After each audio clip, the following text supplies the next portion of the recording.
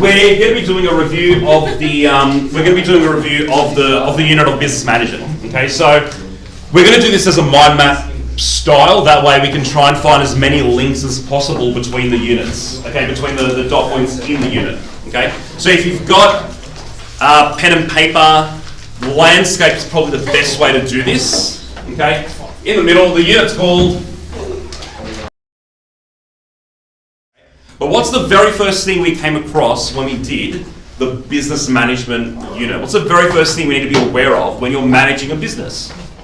What's the very first thing we've looked at when we did the business management unit? Features of effective management. Okay, so the features of effective management.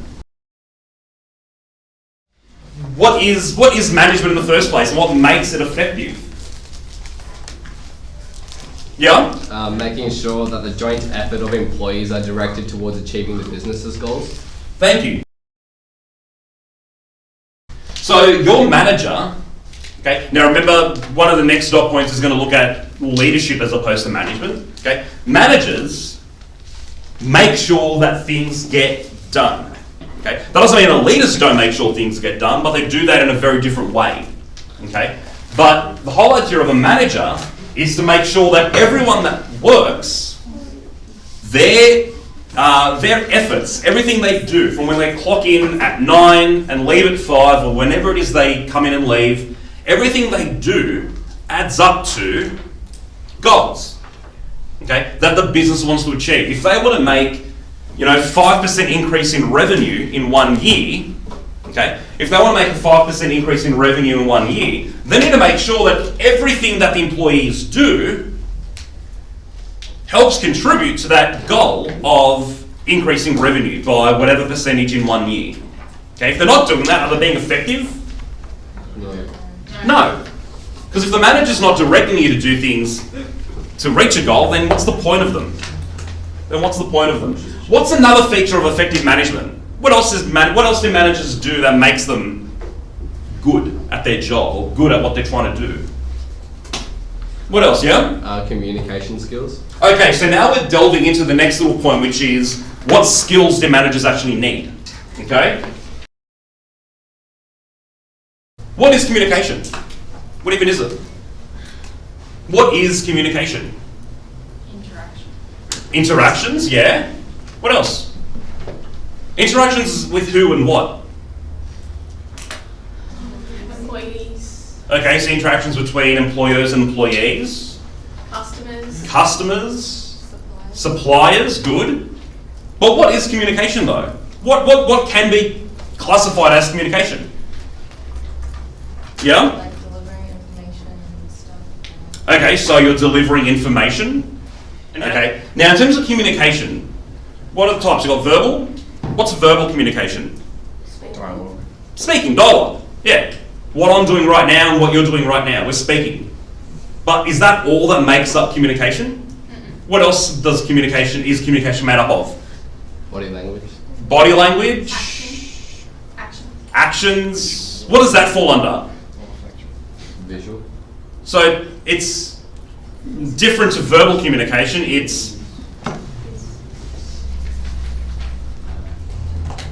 If it's not verbal communication, it's non-verbal communication, exactly. Okay, so your posture, okay, if you're talking to someone and you're standing there kind of like that, they're talking, you've got your hands in your pockets, you're looking down, even though you're agreeing and you're saying, yeah, that's a very interesting thing you're saying, is this conveying like that you actually care? No. Probably not. So there's a bit of a mismatch there.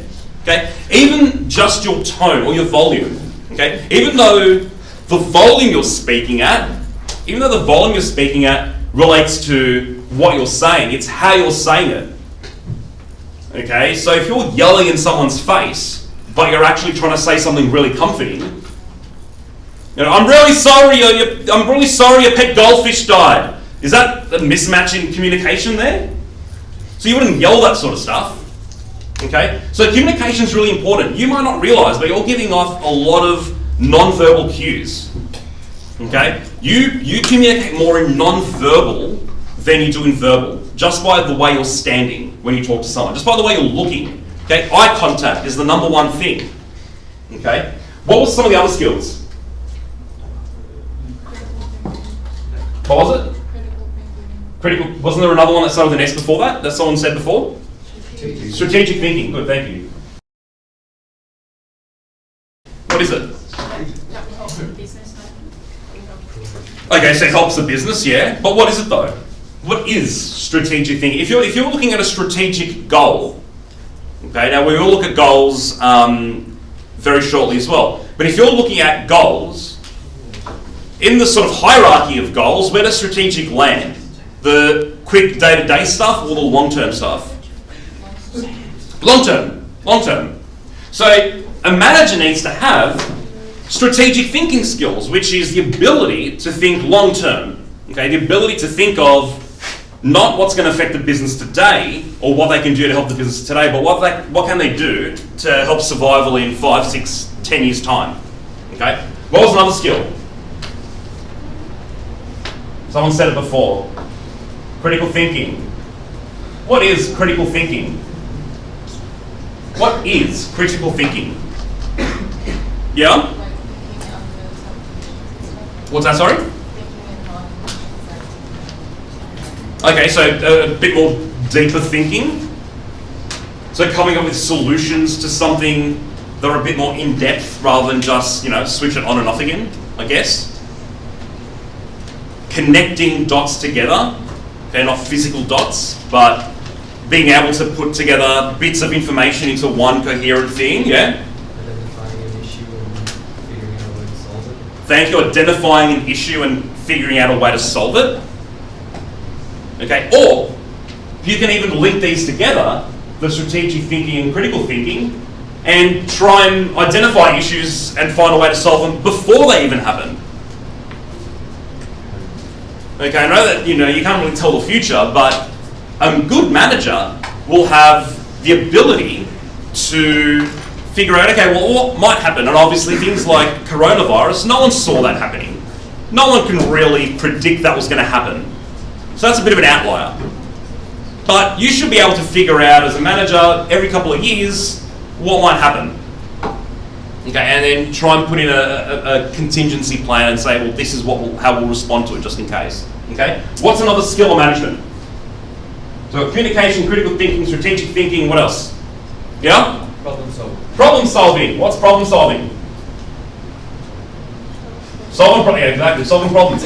Linked quite closely to strategic thinking and critical thinking. Okay, you're essentially solving a problem. Someone comes to you and says, this is not working or this is wrong. Can you solve the problem using your analytical skills, using your strategic skills of thinking of, I can fix this problem now, but is it going to keep happening if we don't fix the underlying cause of it? Okay, you're not going to put a band-aid on it and then wonder why, you're not going to get a cut and then put a band-aid on and then wonder why you keep bleeding or whatever. You're going to find the actual root cause of what's causing it in the first place. So if a business is losing money, they're not going to just say, well, let's just take out a quick loan to get us some more money. You're going to find out, well, what's the root cause of actually losing money in the first place? Okay? What's another skill of management? What's another skill of management? Yeah? Flexibility. What is flexibility? What is flexibility? Ability to do what? Or ability to be flexible, yeah. Which means what though? What's flexibility? Or your ability to be flexible? Yeah? Being able to adapt. Yeah, being able to adapt to change quite easily. Okay, and I'm pretty sure that's one of the next skills as well. Okay, flexibility and adaptability to change. Adaptee or adaptability? Well, you should have the syllabus in front of you. Adaptability. Adaptee? Adapter. Adaptability to change. Thank you. So, how do you react to change? And the very last unit relates to, the very last dot point of this unit related to managing change effectively. So we can find a nice link there as well. What's another skill of management? The communication, Critical thinking, strategic thinking, problem solving, flexibility, adaptability to change. What else is there? What else is there in terms of skills of management? Yeah? Decision making, thank you. And obviously this is going to be quite straightforward. What's this a skill of? Being able to make decisions. Okay? Not a manager where they take, months or weeks or hours to come up with a decision for a problem or for what they might do for the business. But they get straight onto it. Any other skills? Yeah? Being able to reconcile with stakeholders if you have conflicting interests. Thank you. Also, I'm going to try and fit this sort of down the bottom here. The idea of stakeholders. Okay, the idea of stakeholders. Okay, you're never going to please everyone at all times. You're never going to please everyone at all times. The best you can do is to minimize the effects that the problem's going to have across as many stakeholders as possible. Okay, so you're never going to be able to make sure that both employers and employees are always going to be happy because one group wants one set of conditions and one set of things happening, and another group wants a totally opposite, different type. Okay, customers want one thing, but maybe the environment wants something different. Okay, maybe the government wants something different on top of that as well. So you're never going to be able to make everyone happy. Okay, you can't please all the people all the time, but you can please all the people some of the time. Probably not. You're never going to get everyone happy. You can, please some people some of the time. There's always going to be some people that are going to be unhappy with what happens. Okay, businesses, when they make a decision, sometimes it'll get received well, but that's business. They learn, they try and fix the problem, they try and make a better decision in future. Okay, was that it for features of effective management from that part of the syllabus? What was the very next thing then? What's the very next dot point or the main area that we looked at? Achieving business goals. Okay, achieving business goals, thank you.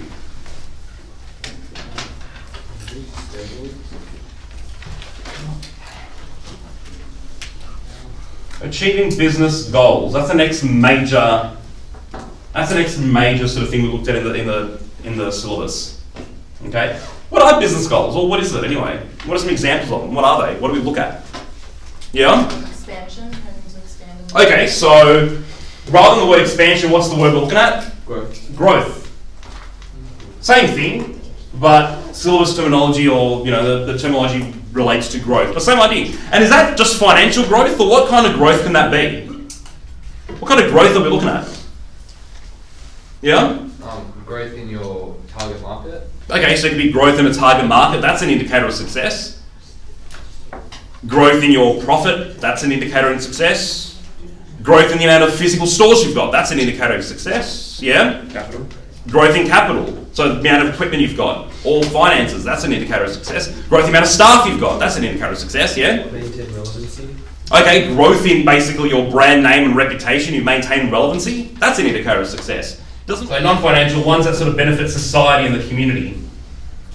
Now with the goals, I don't know if you remember we did the little elephant's sort of toe thing, elephant's foot. So, if that drawing looks familiar, what does it do? What's the point of it? What's it trying to tell us? If you just saw that, what can you tell me about goals? Looks like 3 rocks. Looks like 3 rocks, okay. But what can you tell me about goals though? How does that relate to goals? Yeah? They can be small or big, like. Okay, so we've got different sizes of goals. So large goals, smaller goals, yeah? Short-term, long-term, and the overarching goal. Okay, short-term, long-term, overarching. The steps it takes to complete goals. Steps to complete goals, yeah? Mine was the Same one. So do you remember the terms?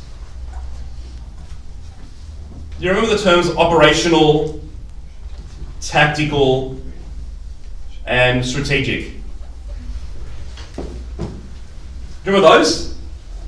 Operational, tactical, and strategic? Yes, no? Yeah.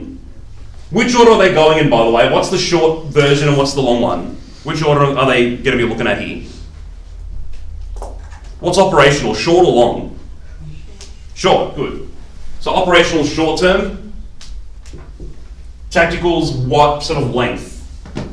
What's that? In the middle, Medium, yeah, medium term. Making strategic long term. Okay. So with that diagram, which one would be the strategic long term goal that you're aiming for? From point 0 to whatever point you're trying to achieve. Which one of these lines will be that strategic overarching one? the big ones. The big one, yeah, exactly. Okay. But do you set yourself up to achieve that big goal first? No, Why not? because there's no foundation for it. Because you need the foundation. And how do you get the foundations to achieve those goals? Smaller goals. By having smaller goals. You don't just say in 5 years' time you want to make $1 million in extra revenue as a business, but then not do anything on a daily basis to actually try and achieve it. So daily goals might be we want to make an extra $10,000 a day until we eventually get to that big goal. Okay? If you're going for your Ps, okay, you're not going to say by the end of year 12 I want to get my license, but then not actively actually do lessons to actually learn how to drive to then be able to get your Ps. Okay? So you do have to have that overarching goal, but you need to have those smaller achievable goals. Can we make any links so far with just the first three? Just the first three parts of our syllabus here. What links can we make between that and then those two there? What links can we make? Yeah? You need to be strategic in your Okay, so a manager needs to have this strategic thinking skill. Okay? Manager needs to be strategic thinking in order to be able to actually have the ability to make a goal in the first place. What else? Goal with time. What's that, sorry? Goal with time. Yeah, making sure that effort of the employees equals achieving their goals. So not only does a manager need to be strategic in able to actually come up with an overarching goal, they need to be able to get all the employees to do their job to then be able to actually attain that goal. Because it's fine to say we want to make $5 million in a year's time, but if everyone's running around like a headless chicken not knowing what they actually need to do for their job, are you going to get to that goal? No, because you're not doing all those little daily tasks to get there. Okay? So already, just from 2 dot points, there's a link between what a manager does and their goals and how they're trying to make sure a business attains those goals. Okay? What's the next part of the syllabus? After features of effective management, after achieving business goals, what's the next thing? Management approaches. Good, management approaches. And again, there's going to be a link here because depending on the kind of approach they take, it's going to help determine are they going to actually be able to motivate their staff enough to do these goals. If you've got a manager who emotionally abuses staff, who psychologically abuses staff, who yells at them, is really aggressive, are you going to be able to actually ensure that everyone's motivated enough to actually achieve these goals? Okay? It might be, yeah, in some industries, but probably a hard no in a lot of others. But that's also true of the other style. If you've got a manager who, everything's great, everyone's always going to have a good day, everyone's opinion's always going to be, thought out before they decide on anything. If your goal is very time sensitive, is that going to still help you achieve your goal if you spend too much time thinking about it rather than actually working on it? So there's no real hard and fast of what the best way of being a manager is. Okay? What's the very first approach? There's 3 main ones. What's the very first one? Classical. Also known as another word, or with another word attached to it. Approach. Well, obviously, approach. But there's another word to classical that you may see, you may not see sometimes. Doesn't really make a difference. It means the same thing. But there's another word you can have. It's like a hyphenated word. So classical or classical. Autocratic. Not autocratic. They're the leadership styles. but the actual approach can either be known as classical or classical scientific. Because he takes a very scientific approach of top-down leadership. You've got manager calling the shots, you've got plebs down the bottom doing the work. They do it a very specific way. You've got one job, you know how to do. Car comes, you put a screw on, it goes to the next person. Next car comes, put a screw on, goes to the next person. Very efficient, very good way of doing it. Okay, if that's what you're trying to do though. Okay, and someone said it's autocratic. What does autocratic mean? Yeah, leader makes all the decisions. It's very, I want to say aggressive, but very, very dictatorial. There's no other ways of doing stuff. It's basically their way or no way. Okay, their way or the highway, basically. What's the next type called? Start with a B. Behavioural. Yep. Is it like more involvement with like the employees and like caring about how they feel and like a good work environment? Yeah, thank you. So it's more participative. You have a lot more participation from people because you care more about them as human beings as opposed to drones that do the work for you. Okay, as pretty much just employees, just workers, just a number. Okay, but again, in terms of what's the best way of doing it, there is no best way of being a manager or having a management approach because different situations lead to different things. Okay, and need a different approach. There is a third one, kind of like the backup, where you can sort of mix both together. Okay, start with the C. You remember what that one was? Contingency. Contingency. Ever heard of a contingency plan? A backup plan. If you operate in this sphere here and say everyone's valued, everyone gets their own opinion, but then half your staff call in sick with the flu, are you going to be able to do all that with half the amount of staff? Probably not. So you're going to basically get your little backup management plan and say, well, okay, normally we all have lunch together and do this, but now we're on a tight deadline because half the people are away. You might then kick into that style and just say, look, you do that, you do that, you do that. Everyone gets their job done, we can still go home on time, rather than spending too much time asking everyone what do they want to do and how's everything going to work. Okay? So there's no one right way. Managers can be flexible. Okay? Just because you're a really hard taskmaster doesn't mean that you can't become a little bit more democratic in future. And just because you're a lovely manager now doesn't mean you can switch and change and become very, very hard on people if the situation needs it. Okay? What's the next thing after management approaches? What's the next thing after management approaches? Management process. The process, management processes, thank you. What are the four main processes? Now these are quite important because these are going to then become the depth studies. Okay, each individual unit from your HSC year is going to be from these four units. Okay, what are they? What was the main one? Oh, not the main one, what was the first one? Operations. Operations. What's the strategic role of operations? What was their whole, obviously they do a lot of things, okay? They take inputs, they transform them, they get an output, but what's the whole point of doing that? What's the long-term strategic role of operations? To make the product. Yeah, so to make the product, but not just make any product, they need to do something to the product though. Change it from like inputs to a good product and sell it to the customer. Yeah, so get the inputs, transform it, and turn it into an output. But if you get a very, I want to say cheap, but a very low value input and you turn it into an equally low value item, are they really doing much? What's their main thing? Value adding value. Okay? So,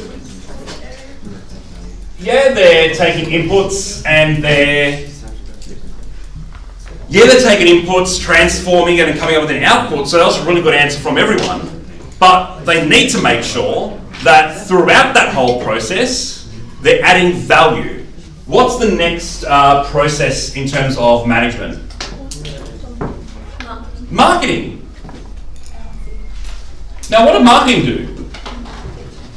What are they trying to achieve for the business? What was that? Yeah, but what about the profit? What do they want to do to it? This is another point, just For marketing, yep. So they use different promotional styles to increase reputation. Okay, they sell things. But what I want to do to the profit though is it just make some profit, make a little bit of profit. What do I want to do? You say market research, but maximize the profit? Maximize profit, yeah, through things like market research, yeah. So their whole idea is they want to try and maximize profit. So again, they're using promotional styles like ads, billboards to increase reputation, to get people to want to buy their product, but they want to try and squeeze as much out of customers as possible. Okay, if through market research customers are willing to spend $150 on something, why only charge them $100? Squeeze that extra 50 out of them, because that's going to maximize your profit. Okay, marketing is the only function, okay, the only key business function that can make money for the business. Yeah, finance obtains funds from the bank or whatever, that's different. But marketing is the only function that actually makes money through getting people to buy the products in the first place. Okay? What's the next management process? Finance. What do they do? What's their main role? Yeah? They manage funds and capital. Yeah. So the idea is that they manage the funds. Now, I put management of capital because in this instance, capital refers to what in terms of finance? Assets. Assets, money, cash, funds, finance. Okay? Capital in relation to operations means what instead? This is why this is always a bit tricky. Capital, when it comes to operations, relates to what instead? As opposed to money, it refers to what in operations? Yeah? Equipment, things that produce something else of value.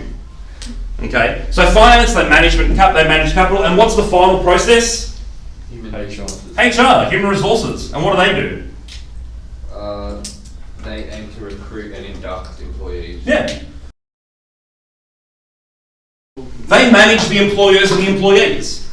They make sure that everyone knows what they're doing, they've been recruited, they've been paid properly, they're being trained properly, and then inevitably they're being gotten rid of properly.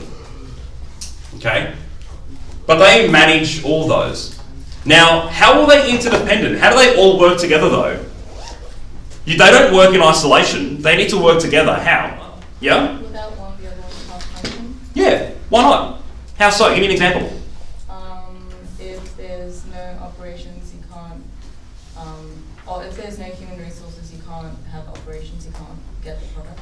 Yeah. If there's no one trained to use the machine, how are you going to then get an input and transform it and turn it into something? And if you have no marketing, how are you then going to be able to then sell that product to people? But firstly, if you have no marketing, how do you know what people even want to buy in the first place?